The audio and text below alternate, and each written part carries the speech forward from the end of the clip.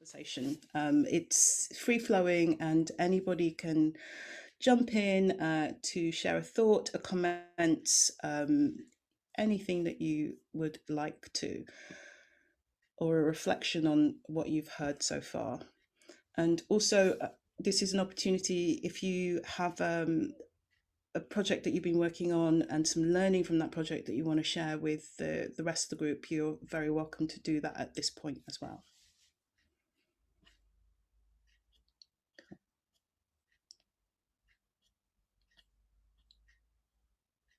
Excellent. So one of the things that might be a useful starting point is this idea of adaptation and opportunity. I think definitely we experienced it in the first day, I would say, of rehearsals for Catch Me. We went into the piece, we went into rehearsals with an idea that we had an existing piece of work that we were going to adapt, but there was as well as a concept and a narrative for the piece, there was also material within the piece that we wanted to see if we could rework and deal with social distancing. And that, I think, quite quickly became quite frustrating because in trying to adapt existing material, we were just constantly hitting blocks about the things that we were trying to avoid doing. And it was only in that moment where we kind of let go of what we already had and realized that we were starting essentially from scratch with a concept and an idea that we started to find ways forwards. And I think that's an experience that seems to be echoed by other people in the room who've been in a creation process.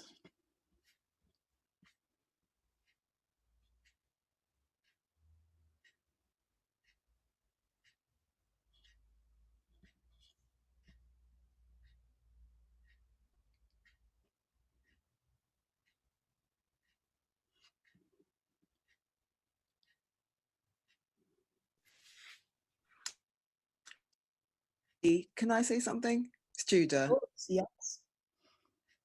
Hi. Thank you so much for these sessions. They're really brilliant. Before I came on,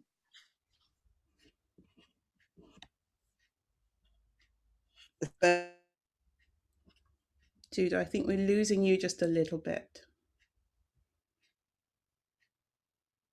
and that Circus and the digital seems to have developed.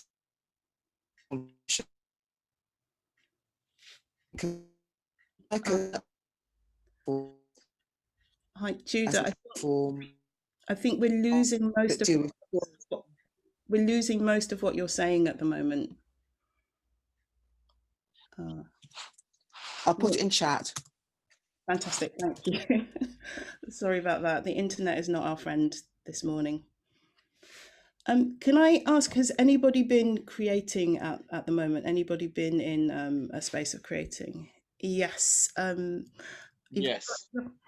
So somebody has their hand up, but you don't have a name attached to your screen. So so you've got a grey hat on, you've got your hand up, but you don't have your name. Do you want to unmute yourself? Aha, there we go. Kathleen, I can see you now. Kathleen. Hi, my name is Kathleen Doherty. I'm sorry, it's on my screen. I don't know why my name is not anywhere. I am a Caucasian woman. I'm Irish, living in Portugal. I have actually, the first 3 months of quarantine, I was lucky enough to have a rigging point in my basement, and then managed to get in contact with an artistic bubble, and I went with a friend and created a solo show, and then was lucky to get funding from the Arts Council of Ireland, and then went back into research to explore and made a film, well, currently in the process of making a film. So right now I'm not doing anything. I'm at home with the new restrictions, but in the past few months, yeah, it's been great to have those two opportunities to work. And I had one opportunity to perform, which was amazing. Socially distanced. The audience was on a boat, of all things, and I was on land. But yeah, it's been interesting to navigate the whole experience and try to understand what you can bring now and what we can say as artists even. You know, everyone, like the show that I made is just all this anger from being trapped, you know, which I think everyone is feeling, and the isolation and the kind of sitting at home alone with nothing but your thoughts bouncing around. And yeah, and then the second time going in, it was like trying to figure out what it is that I want to say, not even in a general scale, but something that humanly I would want to listen to. So yeah, it's been interesting. Yeah. I think that's a really, really interesting question and comment.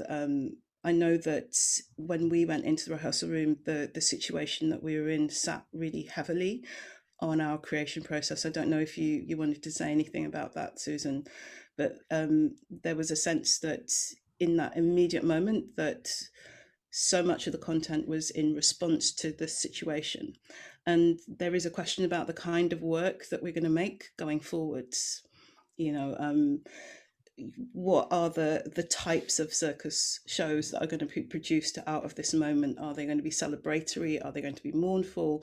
Are people going to be responsive to the times we're in, or not? And I think that's a really, really interesting question about adaptation of practice. I think, Vicky, we were kind of lucky that in a way some of the themes of Catch Me were not completely unrelated to the human themes that emerged from lockdown, isolation and human connection or non-misconnection, or so I mean, yes, I think Catch Me did change and became something more about the current thing, but it wasn't so far removed from some of the core ideas in the original. So we were fortunate in that, I think. Jerome, yeah. Hi, this is Jerome speaking. I realised I didn't describe myself last time, so I'm in mid-20s, mixed race, short hair, and I do have a Mona Lisa behind me, but it's not real, but it's just it's just behind me. Yeah, I feel like it's really interesting, like the levels and the contrast and the movement that we made in our piece, because when we first started rehearsing, I didn't know what we were going to do, but I also didn't know what work I wanted to make, because I had so many feelings through the whole of lockdown that when I was quite overwhelmed and we were in a room, it's like, how do I actually feel? What do I want the work to portray right now? And there was a section which was quite refreshing for me, which was, it was based on the crump, the dance style crump. And it was kind of a release. And I remember feeling like we didn't have it at first. And it's like, something's missing from the piece that I feel inside my body, but it's not in the work that we're creating. And then when we added that crump piece, I think that was a release that was almost therapeutic for me. And for us, I felt in the room, it's like, oh, we are missing that element of what we've been feeling over these last couple of months. And so I think it is important to like notice what it is you are trying to create or portray, or what actually also makes you feel good as therapy, even if it isn't as obvious as how you're feeling in the work that you create. It was useful for me. And yeah. Can I add something to that? One of the conversations we also had was quite a lot about like, what are the audience comfortable with watching? And that was quite an interesting one, like on well, in both the filmed concept and the live concept of like, for the Greenwich and Dockland Festival, we had a piece that had touch in it. We decided this piece is actually brief touch, you know, very controlled way. We had like Vicky said before, I'm not going to go into the detail of the COVID-19 protocol we had, but we had that in place. But we were like, we really felt how important it was to build up to get to that piece. and to acknowledge that like this touch is not done as flippant as it would have been done before, both in terms of like we've done it safely, but also in terms of like how much it means to us, and to build that up. And I think that worked for the audience to, like, when they saw it happening, enjoying that touch rather than worrying about it, because the first bit of the piece had acknowledged all our thoughts around the touch. And I think that's Judah's questions about storytelling, that definitely, like, the storytelling felt really important in that as well. And yes, what stories do we, and you know, what stories are are worth for people to go out and put themselves with exposure, and you know, for us as well. But I definitely think there's an argument that it shouldn't all be, I mean, I know lots of programmers have been like, don't do a show about COVID because no one wants to see it. But it's hard to do a show where it's not acknowledged at all, because that also feels quite weird for us as artists.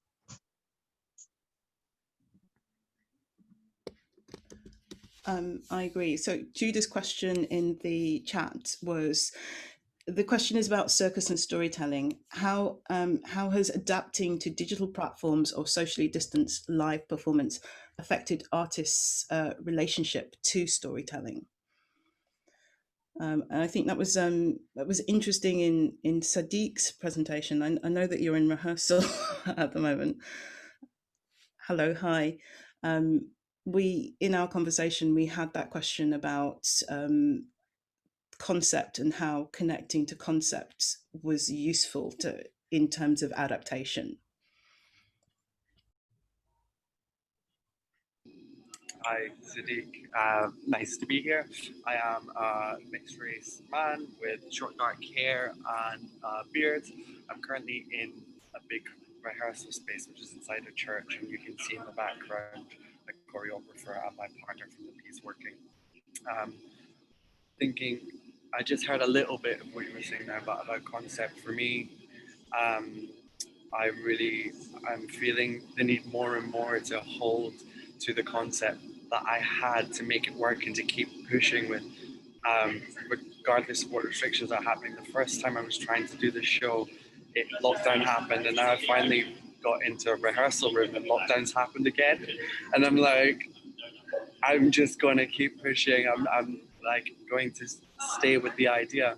But obviously the kind of situation we're in makes it interesting to think, like Lena said, about touch, about connection. And I'm trying to work with two characters who have these various kind of barriers to intimacy and connection. And that's really interesting, actually, to think about how that informs their relationship. And actually, there's a lot of things that signify the space we're in. Anyway, it's really nice to be here and to touch base. So thanks. I'm not sure if I answered anything there. Nice to see you. Thank you, Sadiq.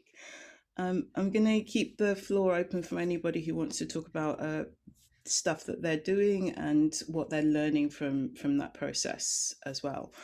I'm really interested in that. Oh, Susan, I'll let you jump in before I carry on.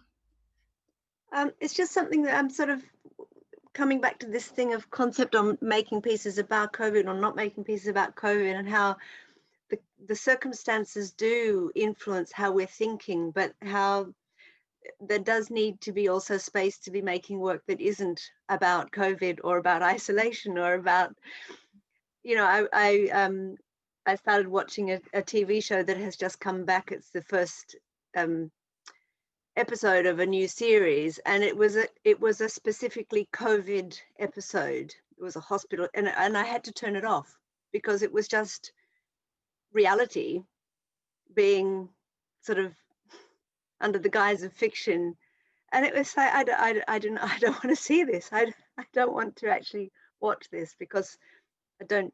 Yeah, so there was something about, that was an extreme example, but there's something about that circus, performance, theatre, dance, art, yes, it can reflect our reality, but it also can take us somewhere new, different, fresh, or it can be not necessarily an escape, but a different way of responding that isn't just a sort of a direct translation to the performance of what the reality is. So I think that there's a really interesting sort of how do we deal with something that is so overwhelming as what we're living with now, that is going to seep into every single thought process. But at the same time, how can we keep creative in other ways and have other kinds of ideas? It's not really adding anything useful, but it's just a thought. And maybe somebody's got something to. I think that's a really useful thought, and one that is worth reflecting. Also, another thing that I'm curious about is the idea of being responsive to our times. It requires you to move fairly quickly, but as we all know, as practitioners and creators of circus, actually, it's not easy to create circus quickly. And something that you're making that might be responsive to a moment, 6 months from that moment, is it still relevant? Is it still meaningful? Is it still important? And I'm curious about that question about circus and being responsive to the moment, and that relationship between art and society as well. How we stay alive in that dialogue, or if we even want to as a community.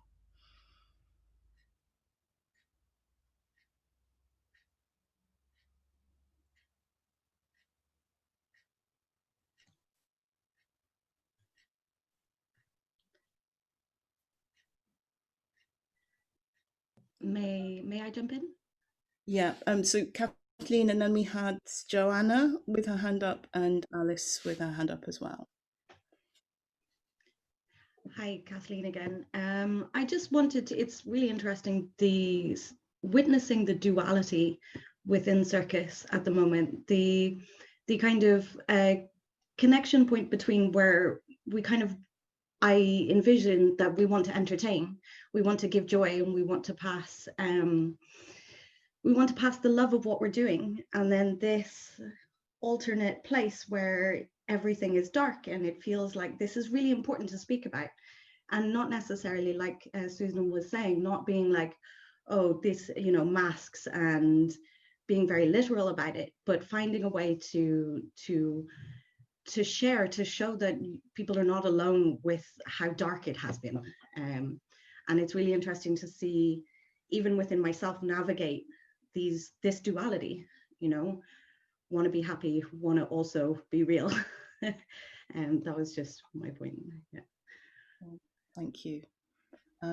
Joanna, and then Alice. Hi, I'm Joanna. Thank you so much for having me here. So I'm Joanna Diaz, identify as she, her. I'm a mixed race, and I identify as a Black woman. I'm a circus artist, and I'm wearing brown jumper, and behind me is just a white wall. I also would like to say that I'm in the process of creating my own show. I applied, I wanted to apply for this project in March, but that was the lockdown. Me and my producer, we had to put on hold, but still work on the application. And then we applied later on and we got the grant. So my producer is here in the room. Hello, Faye. And this project is supported by Upswing, and I'm working with Vicky Amadumi as a director and collaborator, which is really good because we actually got to do the NCCA National Center for Circus Arts residency. So it was very interesting for me to work with the director, having a director and myself in the space, but then working with composer and dramaturg, writer by Zoom. And at some point, I felt like this team were all in the room, even though I did feel alone. And that's what I wanted to kind of focus on, because we've been talking about the touch and losing touch, but my piece is an autobiographical piece. about the year I was born, but it's this aim of reaching out, having conversations about my family, but searching about the layers that I feel like define my identity. And when I create this concept, I knew I would be alone. I knew that was the case because it's just about my story and this seeking of finding more about my heritage, being a Portuguese, but having roots in Angola. But it was with the lockdown that I felt, and with this experience, being in the room, not being able to touch Vicky or Vicky touching me, and being with the digital, so with the Zoom calls, I felt the most alone. And also, I think what came from that experience is that for example, I didn't train for a long time, so five months without touching my aerial hoop, 5 months without doing any of this work, but I've been moving. I've been doing like all of the improvisations that I could do with my body movement, and without having Zoom classes or anything, I just explore this connection with the movement qualities that I have, that I didn't know I did have. So when I got to the room, I realized that even that loneliness that I felt and I will feel throughout this piece, I can connect that with the movement and then connect with the hoop, with the mechanics of the hoop later on, developing that quality. I think my piece, in a way, reflects the time we are living, because I cannot go back to Portugal to have conversations with my mom about our family. Like I feel like connection is through internet, yes, but I cannot hug my family. I cannot hug my friends. Maybe I hugged 5 people throughout this. So that touch I only have with my body movement and a little bit in those 2 weeks that we did the work with Vicky. What else do I have to add? I think if I didn't have this lockdown, I wouldn't be the positive side of this, even though mental health, physical, all of the stuff that is happening. If I didn't have this lockdown, I wouldn't be able to really dive through that connection with my movement quality in the way that I did. Maybe I would do classes with already choreographies and teachers, but never like through Joanna. Who is Joanna moving? And how can you connect with that heritage as well that comes in and out? How do you tune all of those movements? And how do you transfer that to the circus apparatus? And that was beautiful to see and beautiful to work with Vicky Amadumi, because it's someone that I've been working for so long. I've been in different productions of Upswing, but now we're working in my project, and having her a familiar face and a person that I trust in the industry, it was like very lucky for me. So apart from the negatives of what we're living, there's still hope, and I think like the work that Mimbre have done as well, I would like to comment that that there are positive sides of the things that they work. Instead of working with acrobalance, that there are positives in the way that we can connect more with ourselves as artists. Oh, I talk so much, and I hope I make sense. Thank you. And thank you for saying that. And I think it's really interesting that journey that you've been on, that I've been observing at a distance, like having the time, even though it was enforced, to really think about your work and to think about purpose. I think is I've seen it in the room working with you. It's informed so much. Thank you. Alice, I think you were next.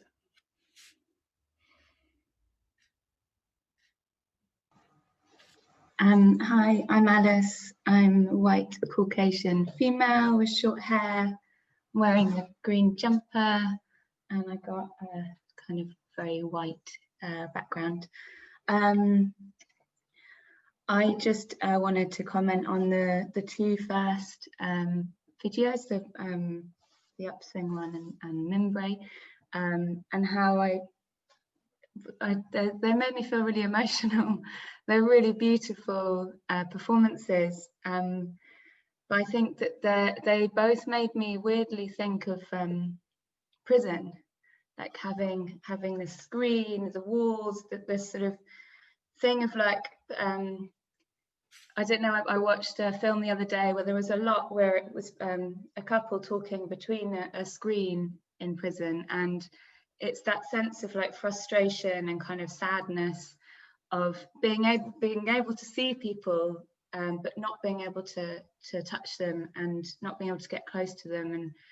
And I guess it made me think that it's such an extraordinary time, this, because we can all now relate to that, right? It's every single person in the world has experienced this. So it is a kind of, you know, there aren't many kind of psychological processes that every single human goes through at the same time, or has a variation of that. And I think that that's quite an extraordinary thing to think about. And it's also very poignant to watch it being played out in front of you, your kind of feelings and sort of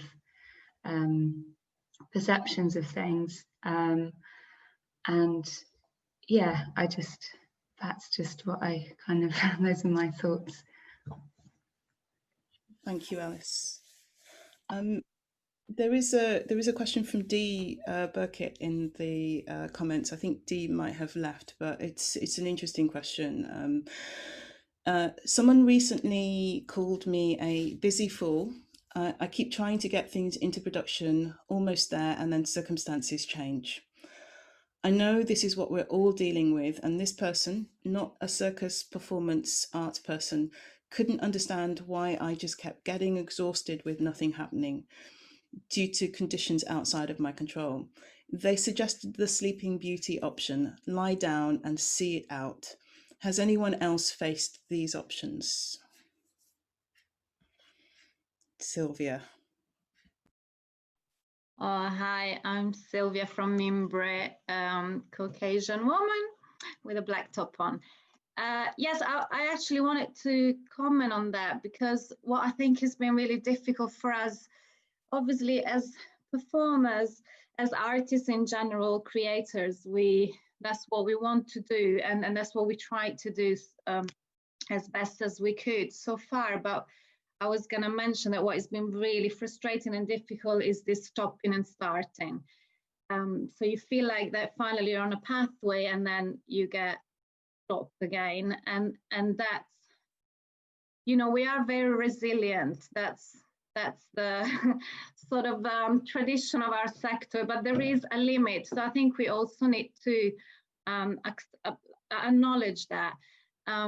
We are generally really creative and really resourceful, but we can't just hide that we can't keep this resourcefulness going on forever, because obviously this stopping and starting, personally, and I know as Mimbre, we're finding it now really difficult, because finally we think we're on a path. Even what I found really difficult is future planning. And I know before I said it's great because this new situation has created an opportunity to open doors. So we are actually now more confident that we are quite resilient and that we can respond to the situations in both sort of, I do also feel like Susan, that it doesn't always have to be you know, really negative, gloom and doom and gloom, however you say, but you know, even in positive ways. But it's really difficult because basically we're finding at the moment really hard to plan anything, and you know, and I think, yeah, the difficulties that you don't know, you plan something and then things might change aside of lockdown, but there's so many other nuances that we're living through, and it's not just here where we are, but it's everywhere. I know there are people that are living in different countries, and so yeah, the level of adaptation that is required at the moment is very high, and I think we have to acknowledge that we can't always be so responsive. I don't particularly agree just with this the beauty sleep thing that Dee had mentioned, but I do think we also, if there is a moment where we need to sit back, and I know Vicky has done that really well with the whole slow thinking concept, then we should accept that that's also fine. I also wanted to acknowledge for maybe some performers, maybe I'm talking more from a personal point of view, throughout lockdown, there's been a massive change of role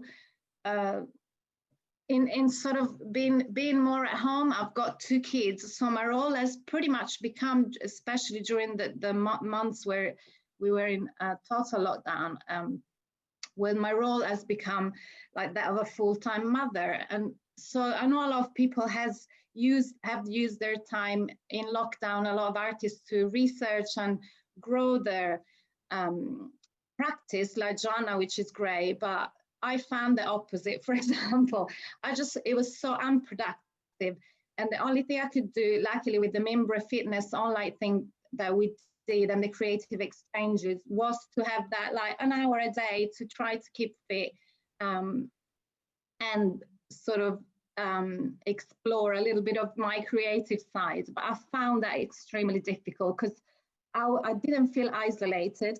I mean, I did, but not like, I didn't feel lonely, let's put it this way.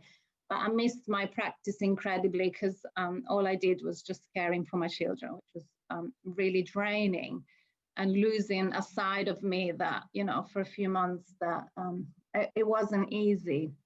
So I felt like I need to catch up actually on that and get back to that creative flow. So having these interruptions all the time has been super frustrating, and you know, the energy is going low again. I know there is hope and everything else, but you know, I just wanted to acknowledge that.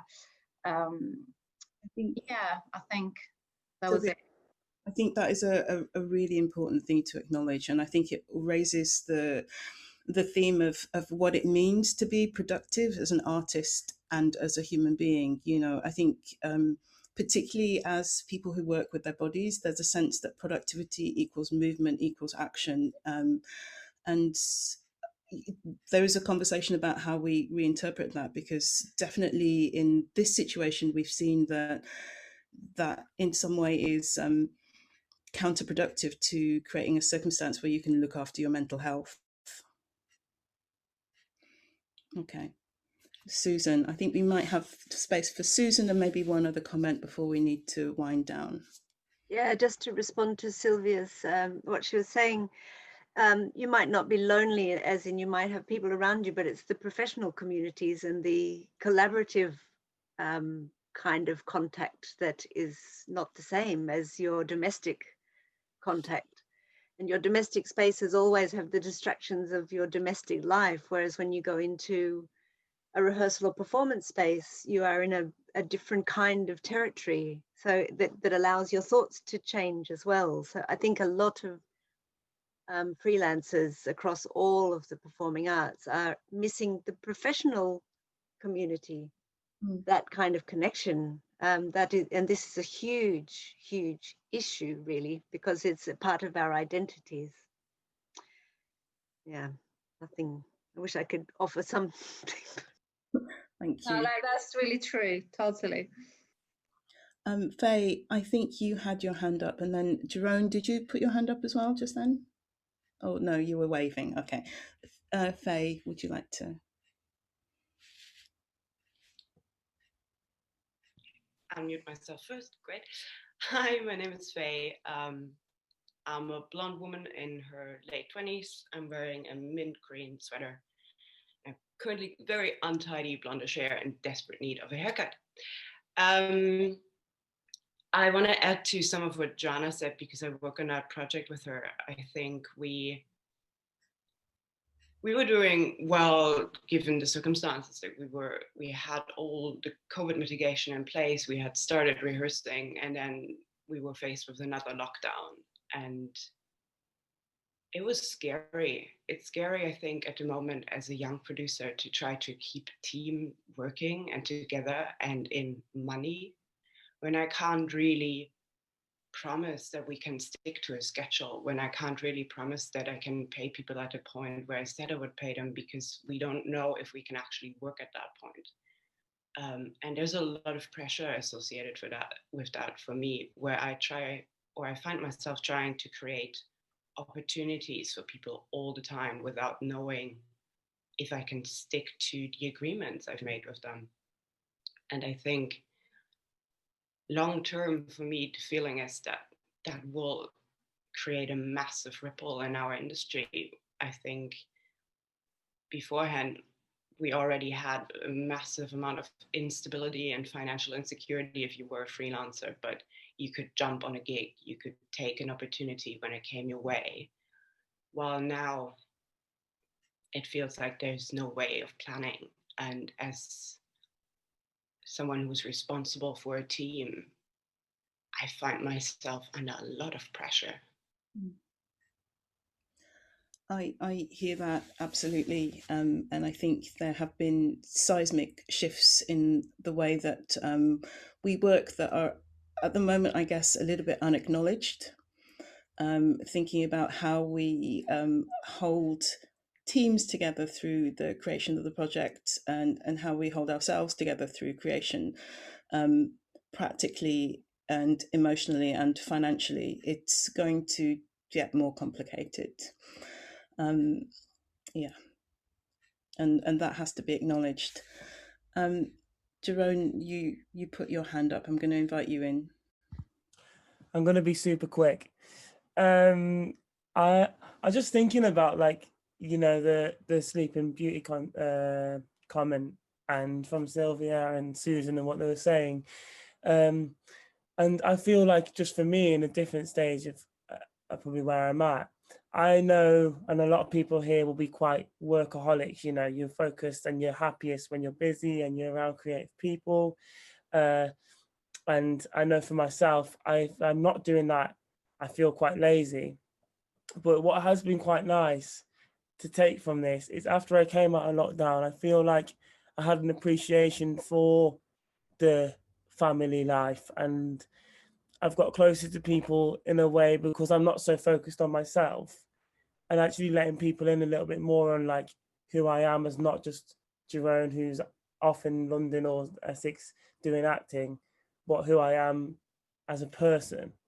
And I think it's important to use these times as well. I think Joanna was saying, you know, even with her movement and getting in touch with herself, to listen to yourself and listen to your body and listen to the people around you, and to step away from work for a minute, as well as still be thinking about it, because I know we all will be. I think there's something quite nice in that. So just a different kind of comment on that moment. Oh, thank you, Jerome. I think that's a really lovely thought to finish this particular conversation with. And, you know, as with any conversation, it never really finishes. I'm sure you're going to go out of here and keep thinking and talking about these things. Slow thinking is going to continue, and we invite you to put forward any conversations that you would like to have, that we can hold the space for you to have. You can put them in the comment, or you can email Claire, and we will see what we can make happen. Slow thinking is primarily a space for these kind of creative conversations, but there's also another space that's emerged in the sector that I'm going to highlight for all of you, which is the Circus Change Up process that is happening at the moment, that has come out of the research that Crying Out Loud and Daisy Drury did for Circus Snapshot. And there are a series of conversations that are around those more kind of practical concerns in our sector, that some of this stuff about how actually our working practices have changed without us really noticing, and we need to notice them and think about how we deal with that in the future, can possibly go. And Rachel, you're in the room. I'm going to call on you just to say something really brief about how people can connect with Change Up. Well, I think if we've got through your office with Claire, maybe if we've got everyone's email who's on this chat, that this discussion, then maybe we can send information to. We haven't officially launched the new name of Circus Change Up because actually we haven't yet heard from the Arts Council about whether we've got whether the funding's official. We should know in 2 or 3 weeks, I think.